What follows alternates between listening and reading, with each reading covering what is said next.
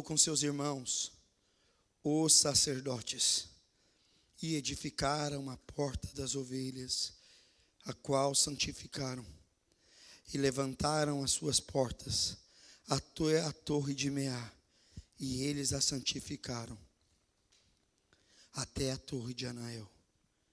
Próximo a eles edificaram os homens de Jericó, e próximo deles edificaram Sacur, filho de Iri. Amém? Preste atenção aqui. Neemias volta. Se você ver o capítulo 1 de Neemias, Neemias é um homem que está diante do rei, servindo vinho para o rei. É alguém que desfruta dos prazeres que o rei tem. É alguém que é um instrumento de proteção para o rei. Porque o rei ia beber o vinho e falava: bebe primeiro, Neemias. Deixa eu ver se tem veneno. Neemias um dia chega diante do rei com um cara triste. E ele não podia, e o rei fala: o que está acontecendo? E ele fala: como eu estaria feliz se a cidade dos meus pais está em ruínas? Como eu posso viver tranquilo, cuidando da minha vida? A vida de Neemias não tinha problema nenhum, irmãos. Ele estava diante do rei, comendo a melhor comida e bebendo o melhor vinho. O trabalho dele era fichinha, era o sonho de todo mundo de consumo, mas Neemias estava triste.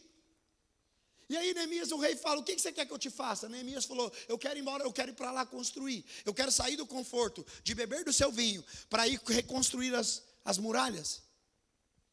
Então Neemias monta num burro, vai.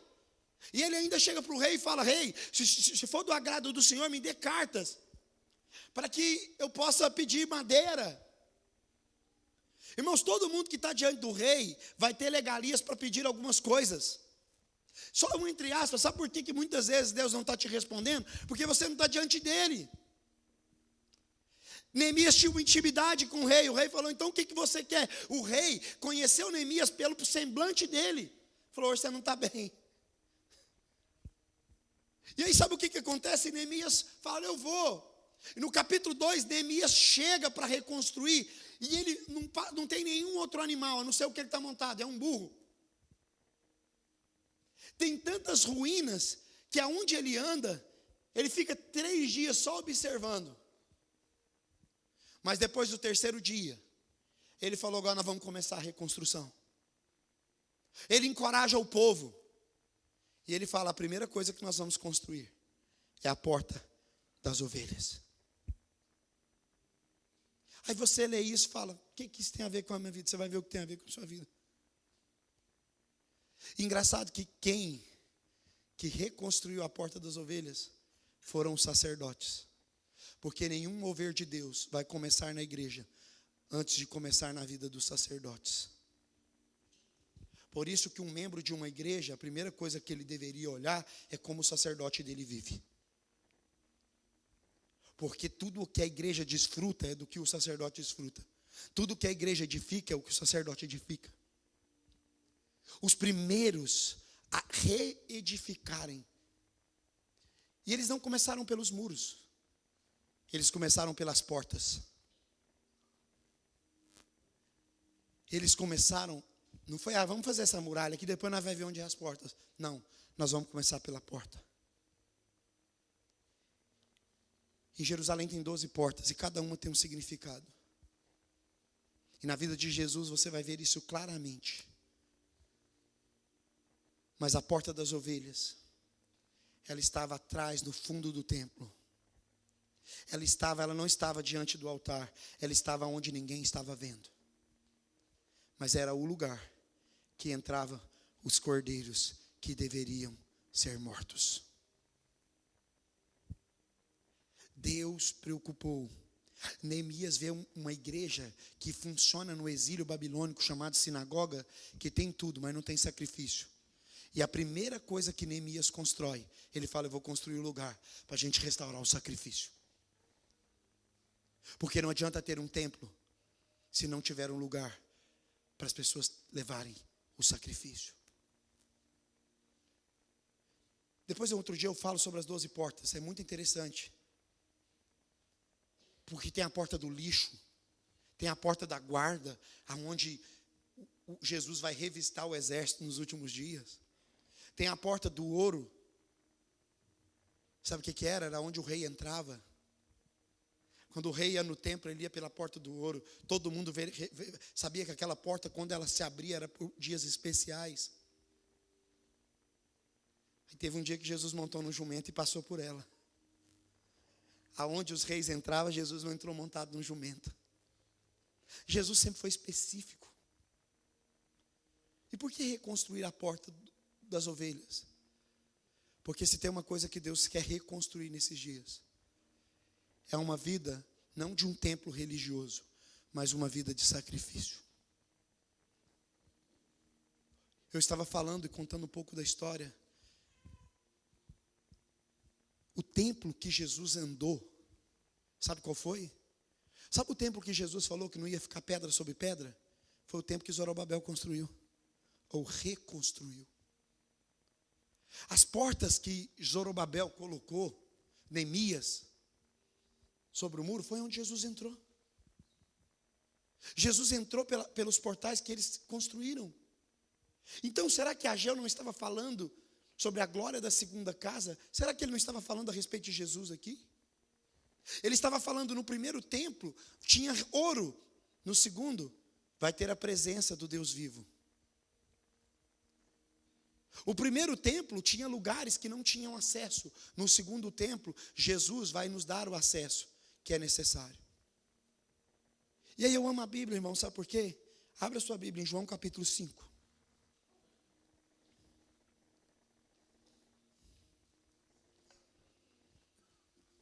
Eu vou te mostrar por que a porta das ovelhas foi construída primeiro.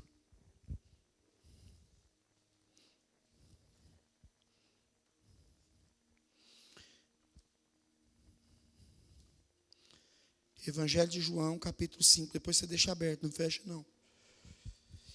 Depois disso, havia uma festa dos judeus e Jesus subiu para o templo. João 5:1.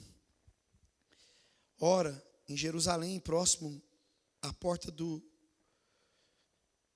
mercado das ovelhas, há um tanque em língua hebraica chamado de Betesda, o qual tem 5 alpendres.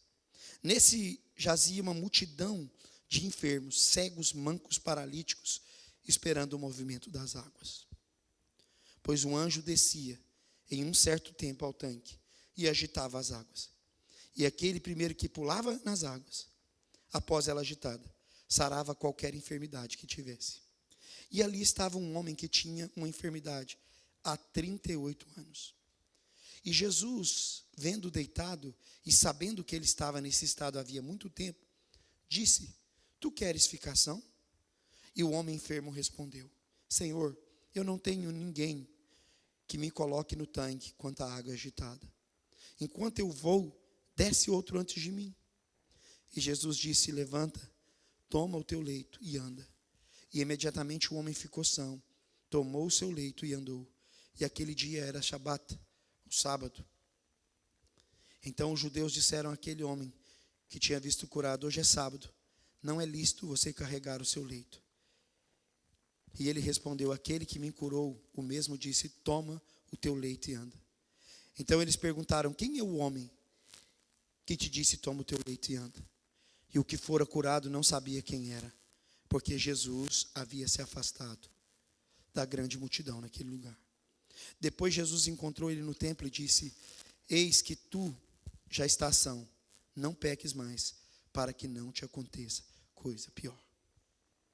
Preste atenção. A porta das ovelhas, todo ano, quando tinha uma festa, as pessoas tinham que levar cordeiros, cabritos para serem mortos, ou pombos.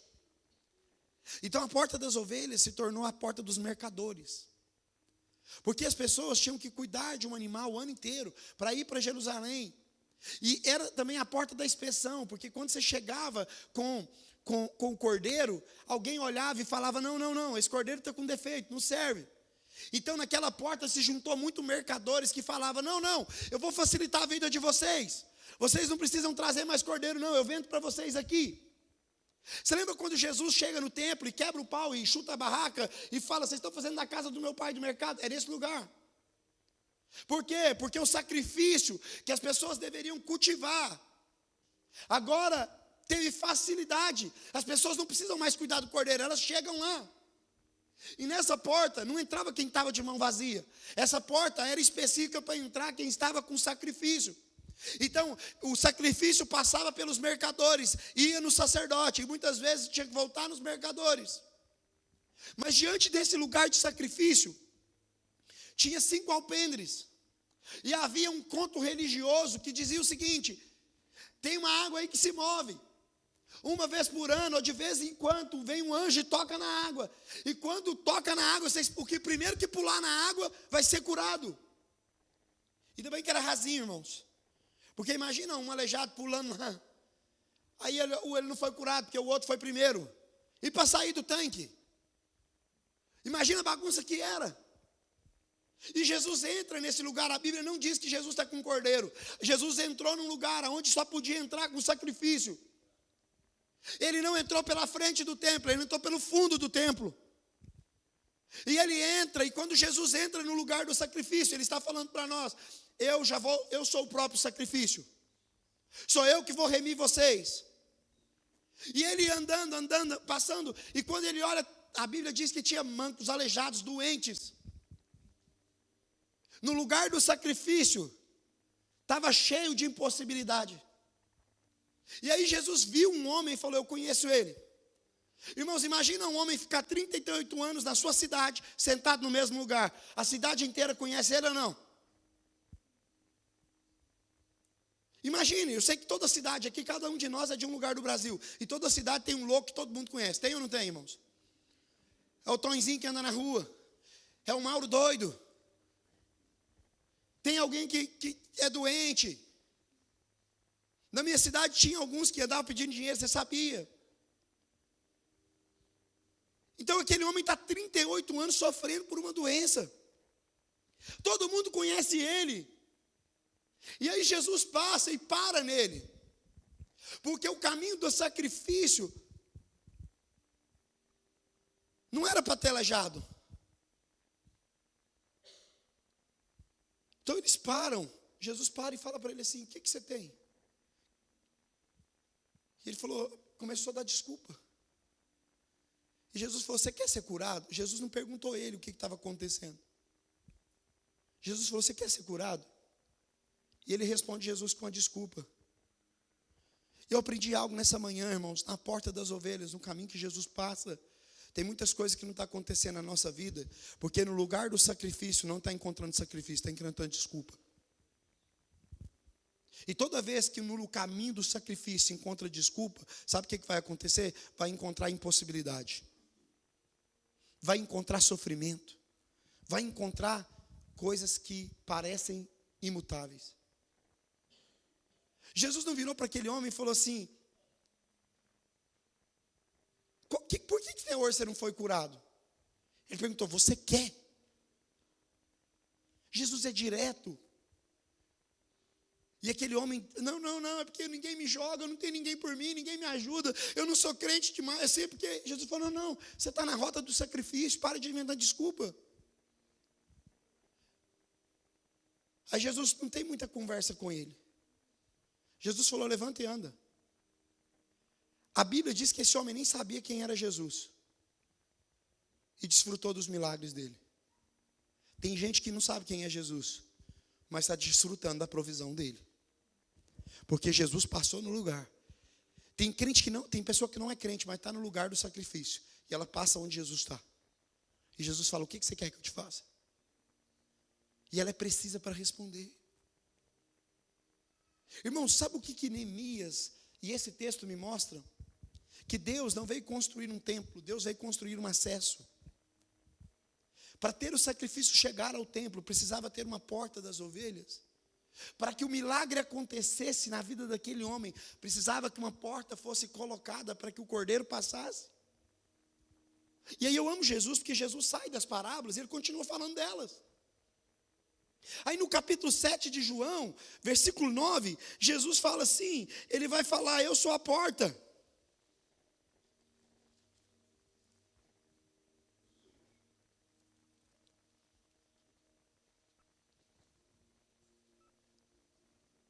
Ele vai começar falando: ó, eu sou o acesso. O caminho é por mim. Ninguém pode ir ao Pai se não for por mim. Jesus entra pelo lugar do sacrifício e fala: vocês estão acostumados a entregar coisas com defeito. Vocês estão acostumados a negociarem com os cambistas. Vocês estão acostumados a negociar com quem quer fazer da casa de meu pai um lugar de lucro, para facilitar a vida de vocês. Quantos pastores, irmãos, estão negociando princípios para manter um monte de crente sem vergonha dentro da igreja?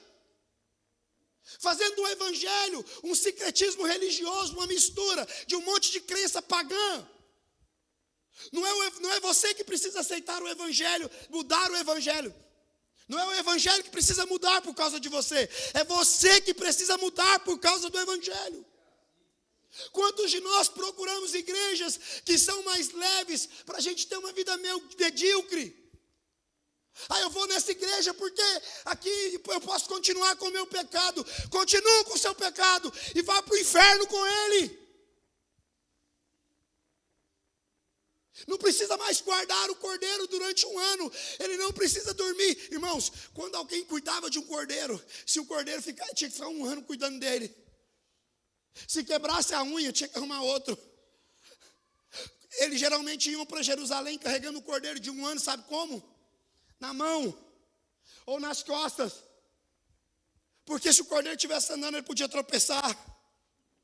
Mas quando eles chegavam na porta do sacrifício, tinha um monte de gente, sabe quem que era? Homens religiosos, que estavam controlando as coisas para facilitar a vida de um monte de gente que não queria prestar uma vida sacrificial. Homens interesseiros que falavam: isso aqui tem com defeito. Eles iam lá, trocavam o cordeiro por 2 pombinhas. Homens que criaram uma própria moeda própria para o templo. E quando era dia de festas, essa moeda supervalorizavam. E aí por isso que você vê Jesus chegar e quebrar o pau e falar: a casa do meu pai não é essa bagunça. Porque Jesus estava falando: eu não vou baratear aquilo que vai custar a minha vida. Eu não vou fazer de ser facinho o que vai custar tudo para mim. A porta das ovelhas, irmão, uma ovelha entrava e ela não saía mais. O destino dela era a morte. Por isso que Jesus disse: eu sou a porta. Sabe o que era a porta das ovelhas? Ela era mais estreita do que as outras. Na porta das ovelhas não entrava camelo. Por isso que Jesus disse que é mais fácil um rico, um camelo, passar no fundo da agulha do que entrar no reino de Deus. Porque ele abaixa, porque a porta é menor. Não, porque na porta das ovelhas camelo não passa. E a porta das ovelhas revela quem ouviu a voz do bom pastor. Então Jesus estava falando: eu sou a porta. Eu não sou qualquer porta de Jerusalém. Eu sou a porta das ovelhas. Eu sou o sacrifício vivo. Eu não vou pela frente do templo, eu vou pelo fundo. Eu não vou por aquilo que é visível, eu vou por aquilo que ninguém vê. O templo de Zorobabel revela exatamente isso.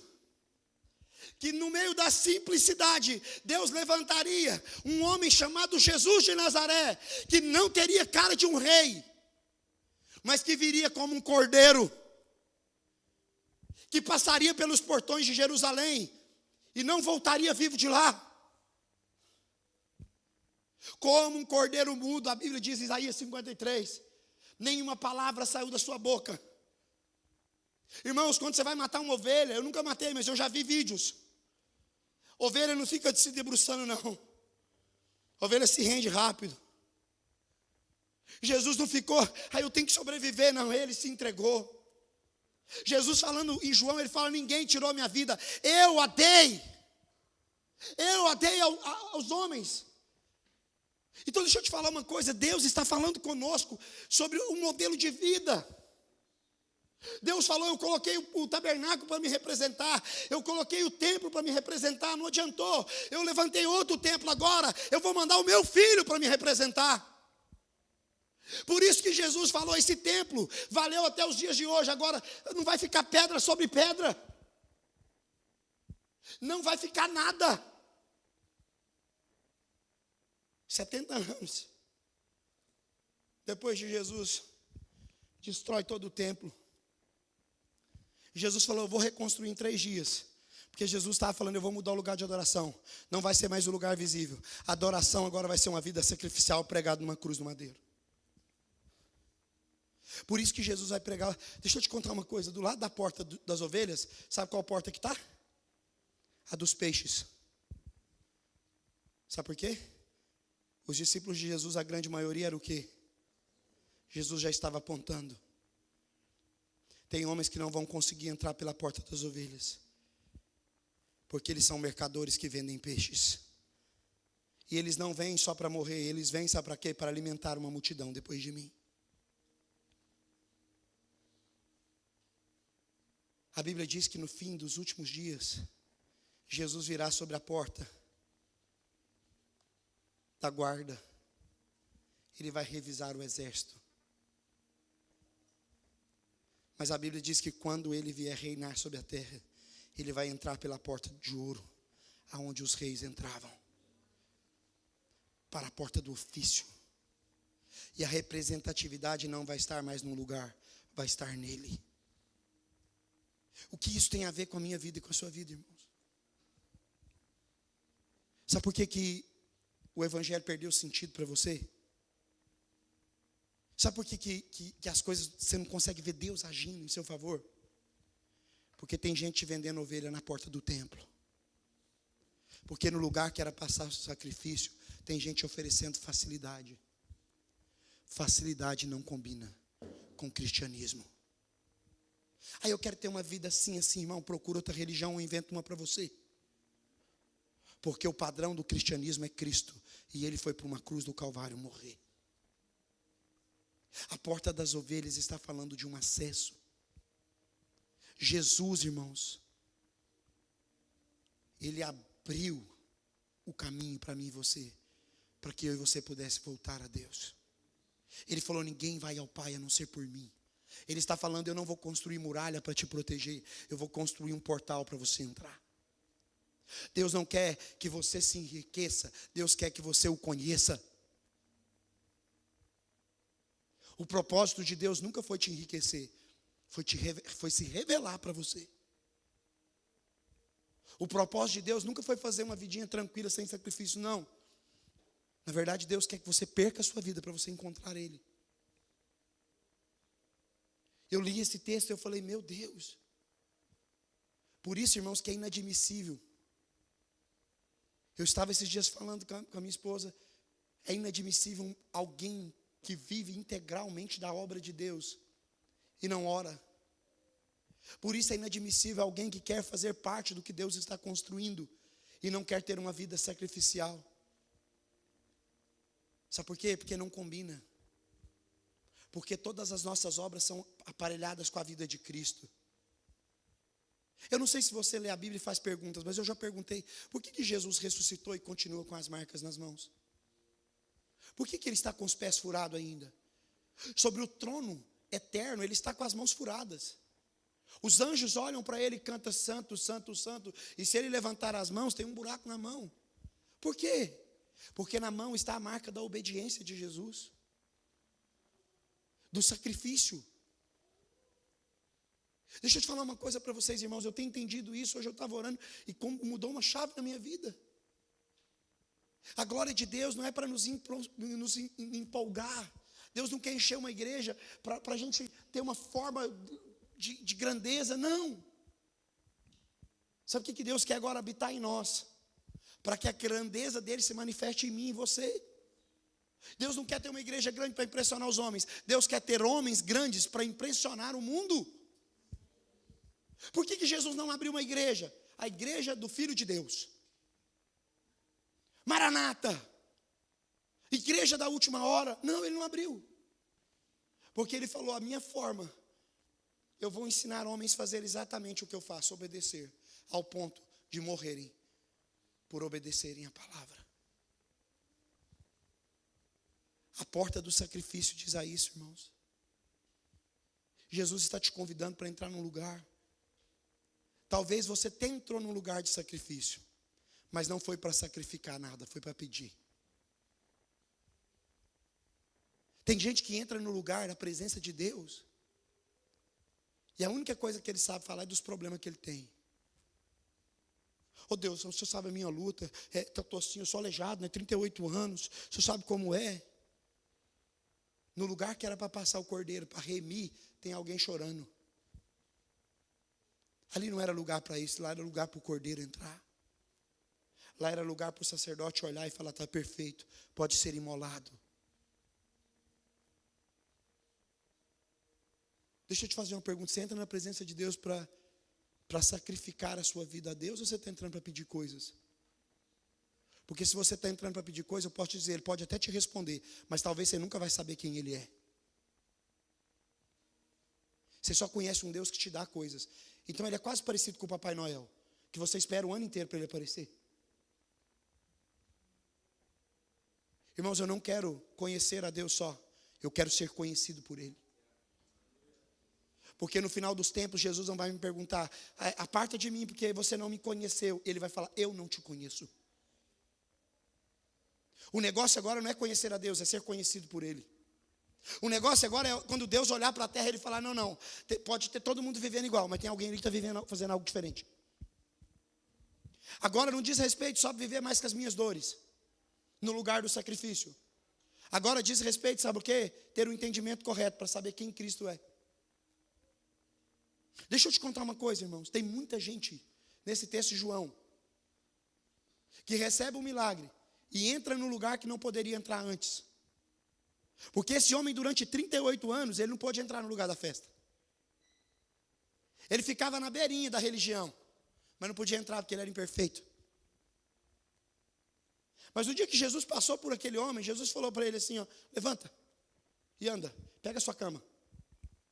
O homem que vivia na porta do templo, agora vai parar dentro do templo. Agora ele para dentro do templo, segurando a sua maca.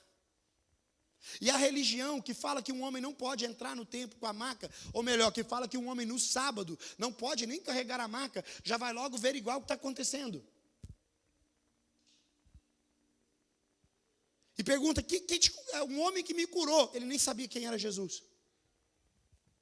Irmãos, eu tenho uma convicção que tem muita gente que está vivendo dentro de igreja evangélica, que recebeu a bênção de Jesus, mas que não sabe quem Ele é. Tem muita gente ainda acreditando que Jesus é aquele super-herói, Fabi, lá que os Estados Unidos criou. Se Jesus viesse em forma de homem para ele ver, talvez ele ia pensar, não, esse aqui não é Jesus não. Porque Jesus tem os olhos azuis, cabelo assim cacheado, fez uma chapinha ainda, lá na Gabi, no salão da Gabi.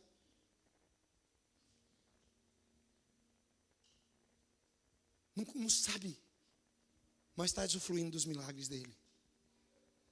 Jesus deu acesso para aquele homem. Deixa eu te contar, esses dias eu fui no estádio e aconteceu algo muito engraçado comigo, que eu venei com os meninos, porque eu tinha comprado os bilhetes. Quando eu cheguei na porta do estádio, o Emerson falou para mim, pastor, vou mandar foto da carteirinha, você vai para o camarote, tem 2 cadeiras. Como eu sou um homem de verdade, eu peguei o camarote, peguei a minha esposa, falei, meu bem, vai usufruir do camarote lá comigo com o Luca, que eu vou ficar lá no lugar ruim, chorando, lá tomando chuva. Pode ficar tranquila. Porque um homem, ele não está lutando para ser feliz, ele está lutando para fazer a esposa dele feliz. Fica a dica. Aí, como sobrou 2 ingressos, tinha 2 bêbados na porta do estádio. Chapado, um mais tonto que o outro. E eu fui entrar, aí o rapaz me deu outro ingresso, ele só me entrar no lugar melhor, então sobrou 4 ingressos. Na hora, eu parei e falei, você vai entrar no jogo? Eles, eu quero. Eu falei, então toma o bilhete. Quando eu dei o bilhete, ele falou assim, é de verdade? Aí eu fui entrar numa porta melhor, ele já grudou atrás de mim. Na hora que eu entrei na porta central, o cara falou, não, a porta de vocês é lá do canto, lá, ó. O ingresso da promoção, você quase não vê o jogo. Quase que tem uma televisão para você ver o jogo de lá. Aí eles falaram, aí não. Um abraçou o outro, irmãos, bêbado, saiu comemorando para entrar no estádio. Mas estava chapado. Eu nem sei se vocês viram o jogo, se teve condição de subir aquela bancada para ver o jogo. Mas eu sei que o outro falou para o outro assim, eu te falei, você vai ficar na porta, nós entra. Quando faltam uns 15 minutos, eu falei, os guardas não deixam vocês entrar não? Quando faltam uns 15 minutos, eles deixam. Para terminar. Mas estava lá. Eu descobri que tem gente assim, irmãos. Esse cara ficou 38 anos indo na festa e não entrava dentro do templo. Sabe por quê? Porque as incapacidades dele não permitiam ele entrar no lugar de adoração. E tem muita gente pensando, eu não consigo adorar a Deus porque eu sou um pecador. Deixa eu te falar, irmãos, tem uma história na Bíblia que uma mulher era pecadora, prostituta, não sei o que era. Mas ela entrou numa casa que não era convidada e enxugou os pés de Jesus com o cabelo dela. Então pecado não é significado de roubar a sua adoração. Sabe o que é? A sua incredulidade pode roubar a adoração. Então, você precisa entrar no lugar. Cara, eu não podia estar aqui, mas eu vou entrar. E ele entra com a marca, ele fala, eu vou entrar, porque quem me falou para entrar, quem me curou mandou entrar. E tem gente que controla a religião, que entende tudo de Deus, e vai falar assim, irmãos, tem uns PhD aí que não ora. Quando eu fui para o seminário, a minha maior frustração foi porque eu aprendi toda a Bíblia e quase que eu deixei de ser crente. Os meus amigos que entravam fervorosos enchiam o coração, a mente, e esfriavam o coração. Eu nunca vi isso, mas no seminário onde nós estudamos a Bíblia, você era motivo de chacota para acordar de manhã para orar.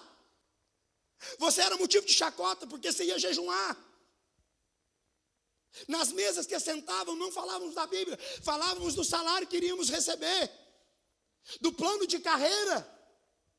Por isso que essa geração está corrompida, porque os pastores, no lugar de falar da Bíblia, estão falando do carro que vão trocar. No lugar de falar da santidade do marido, está ensinando o homem a mudar de esposa. Irmãos, grave o que eu vou falar, um homem divorciado tem que criar vergonha na cara e arrumar outra coisa para fazer. Altar não é lugar de homem corrompido.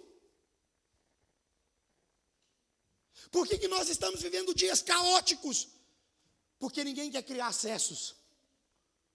O sacerdote põe a porta, o acesso está pronto.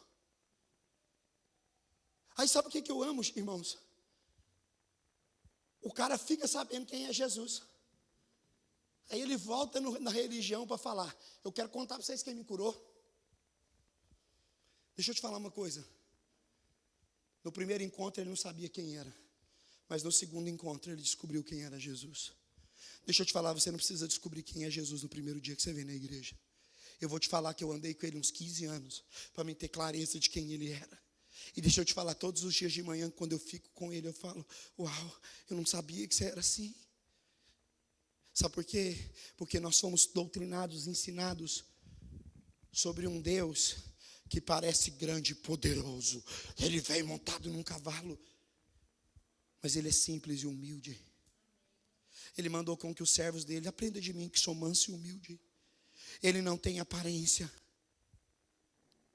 Quem olha para ele fala, não pode ser ele. Os judeus até hoje estão esperando o outro, porque quando olhou para ele, falou, não, ele é um profeta, mas o filho de Deus ele não pode ser, porque se ele fosse o filho de Deus, ele não estaria morrido na cruz.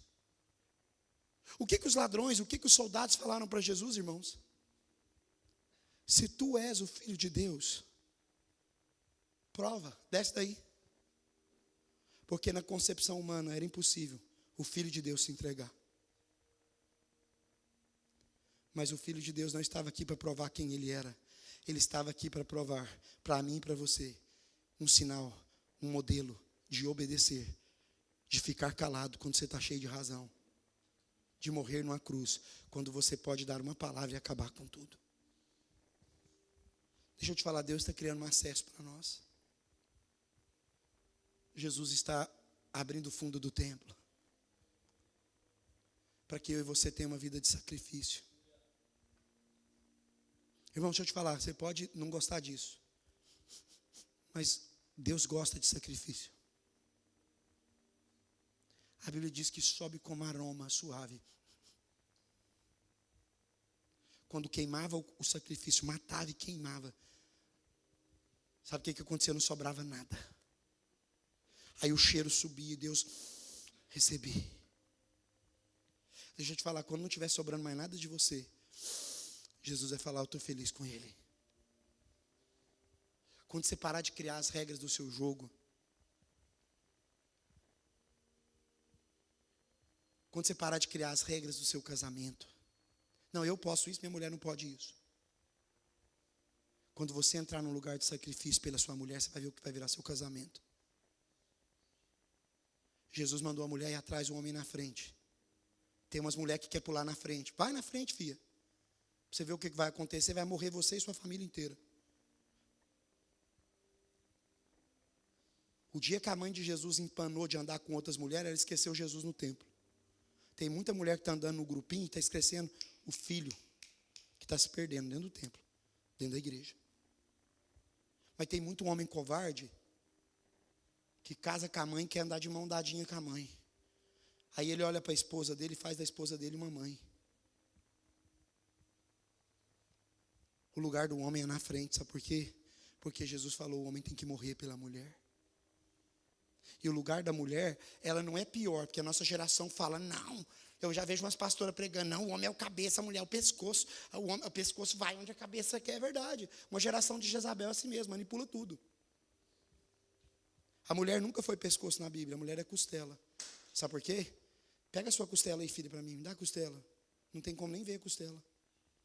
Porque Deus chamou a mulher para estar escondida dentro de um homem que está disposto a morrer. Mas sabe por que a nossa geração não funciona? Porque os homens não têm coragem de sacrificar a sua vida para se dedicar aos filhos. Porque nós estamos correndo atrás de riqueza, que depois na porta das ovelhas não passa as riquezas. Nós estamos querendo construir coisas a partir da grandeza de Salomão. Mas deixa eu te falar, Deus não impressiona com a sua grandeza. Tem um monte de irmão pensando, se eu trabalhar, ganhar dinheiro e der para Deus, Deus vai me deixar tranquilo aí, eu vou ser salvo por causa disso. Irmão, se Deus quisesse dinheiro, Ele tinha chamado o Neymar, o Cristiano Ronaldo, Ele não ia chamar você que está nessa quebradeira.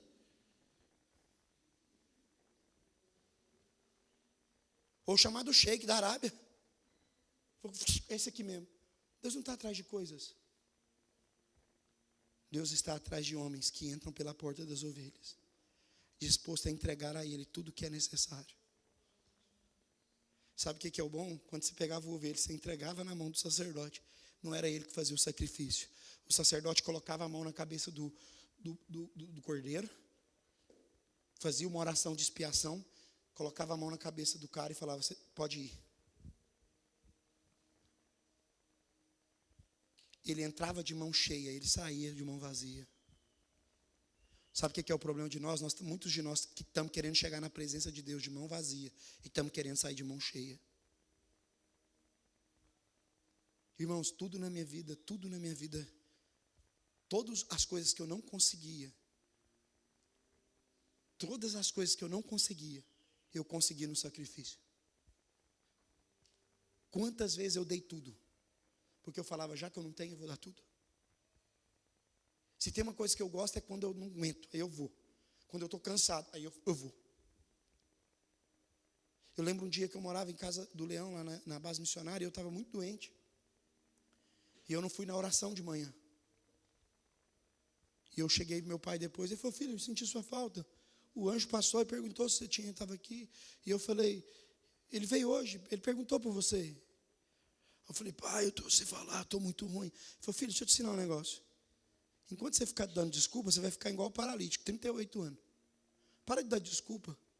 Aí eu falei, mas eu não tenho motivo, eu estava doente. Ele falou, quando for assim, vou te ensinar. Você vem doente, você chega aqui, desmaia aqui na frente, e depois os irmãos te carregam. Ele falou, você sabia que eu já fiz isso? Teve um dia que eu vim orar e eu estava passando tão mal, que os caras eu não dava conta de levantar, os caras teve que, um de um lado, outro do outro, me levantar e me levar embora. E eu cheguei aqui, eu orei 5 minutos, eu falei, Jesus, eu vim, porque eu tenho um compromisso com o Senhor, mas eu não consigo ficar aqui porque eu estou muito doente. Se o Senhor quiser falar comigo, eu estou aqui. Então todo homem, toda mulher que é bom em dar desculpa, é péssimo em ter resultado. Nossa, essa é para os coaches, né? Você que é coach aqui da igreja, pode usar ela à tarde, tá? Se você é bom para dar desculpa, tá? Deus não aceita desculpa. Sabe por quê? Essas vão soltar os coach, tem certeza. Você que está começando aí no ministério de coach, 6.000 inscrição depois comigo, tá? Sabe por que Deus não espera de você desculpa? Porque Deus fez de você uma resposta. Então todo homem que é bom em dar desculpa não é bom em dar resposta. Meu filho está precisando disso, dá uma resposta para essa situação. Ah, eu estou obeso, dá uma resposta para essa obesidade. Não adianta ficar chorando na presença do rei. Tem que ir lá construir o muro. Tem que construir o lugar do sacrifício. Irmão, sabe por que essa igreja nunca vai parar de crescer? Porque nós nunca vamos parar de sacrificar. Se prepare os líderes dessa igreja. Porque naquele lugar nós vamos entrar lá num jejum que nós nunca fizemos. Se nós orávamos de 6 às 10 aqui, agora lá, casa de oração vai ter que ser pelo menos até meio-dia. Ninguém de nós ainda morreu jejuando. Ninguém de nós ainda foi preso por cuidar dos pobres. Sabe por quê? Porque o sistema desse mundo está facilitando as coisas. Um irmão falou para mim, pastor, se sua igreja fosse no centro, ela tinha 2.000 pessoas. Eu falei, nunca vai ser. A gente vai pagar, mas para escondido também, irmãos. Deus não deixa nem ter metrô perto. Sabe por quê? Porque tem irmão que vem para o culto de a pé e a gente para dar carona para eles e eles falam assim, eu não quero carona não. Esse é o meu sacrifício, eu vou de bar de chuva. O menino português que vem no nosso culto cozinheiro, ele vem da estação para cá. Esse dia estava chovendo, a minha mulher parou o carro e falou, entra. Ele falou, não, eu vou de a pé. Sabe por quê? Porque essa é a minha oferta a Deus. Talvez não tenha nenhuma moeda para dar aqui. Mas antes dele chegar, ele já adorou Jesus mais do que muito rico que está dando tudo aqui. Você quer que sua vida muda? Você quer que seu casamento muda? Pare de pensar em você. Porque uma vida sacrificial vai tirar você do centro de tudo. Porque você vai ter que pegar um cordeiro e ir com ele e voltar de mãos vazias. Fala para o seu irmão do seu lado assim, somente um homem e uma mulher de mãos vazias